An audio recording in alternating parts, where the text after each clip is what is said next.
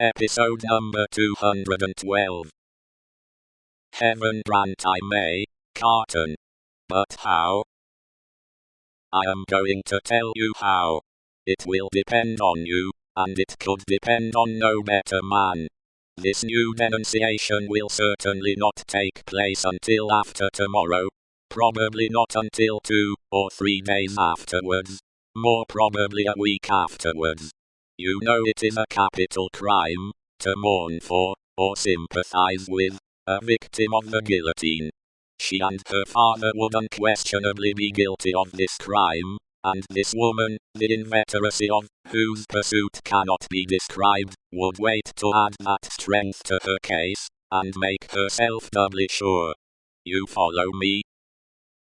So attentively, and with so much confidence in what you say, that for the moment I lose sight, touching the back of the doctor's chair, even of this distress. You have money, and can buy the means of traveling to the seacoast as quickly as the journey can be made. Your preparations have been completed for some days, to return to England. Early tomorrow have your horses ready, so that they may be in starting trim at 2 o'clock in the afternoon. It shall be done. His manner was so fervent and inspiring, that Mr. Lorry caught the flame, and was as quick as youth. You are a noble heart. Did I say we could depend upon no better man?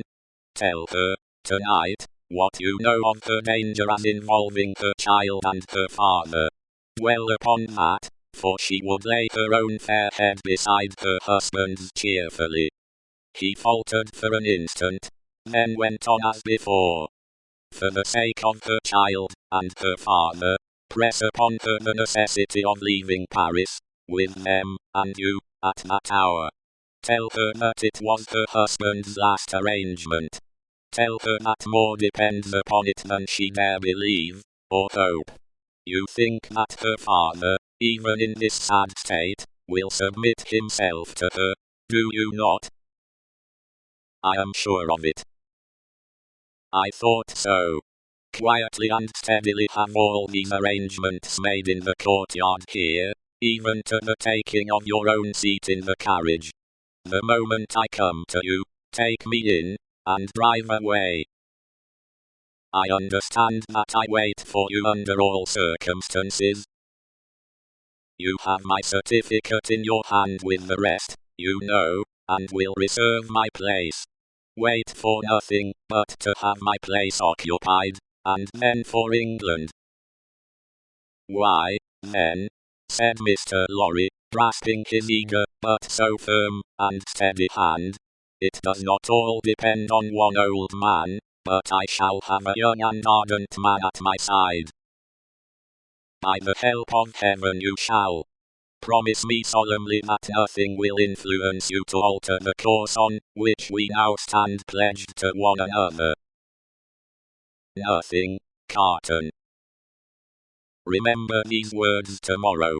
Change the course, or delay in it, for any reason, and no life can possibly be saved, and many lives must inevitably be sacrificed.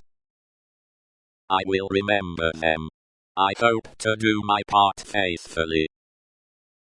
And I hope to do mine. Now, goodbye. Though he said it with a grave smile of earnestness, and though he even put the old man's hand to his lips, he did not part from him then. He helped him so far to arouse the rocking figure before the dying embers, as to get a cloak and hat put upon it, and to tempt it forth to find where the bench and work were hidden that it still moaningly besought to have.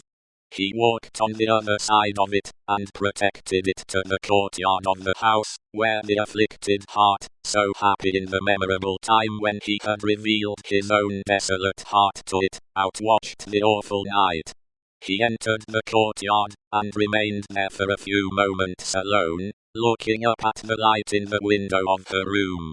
Before he went away, he breathed a blessing towards it, and a farewell.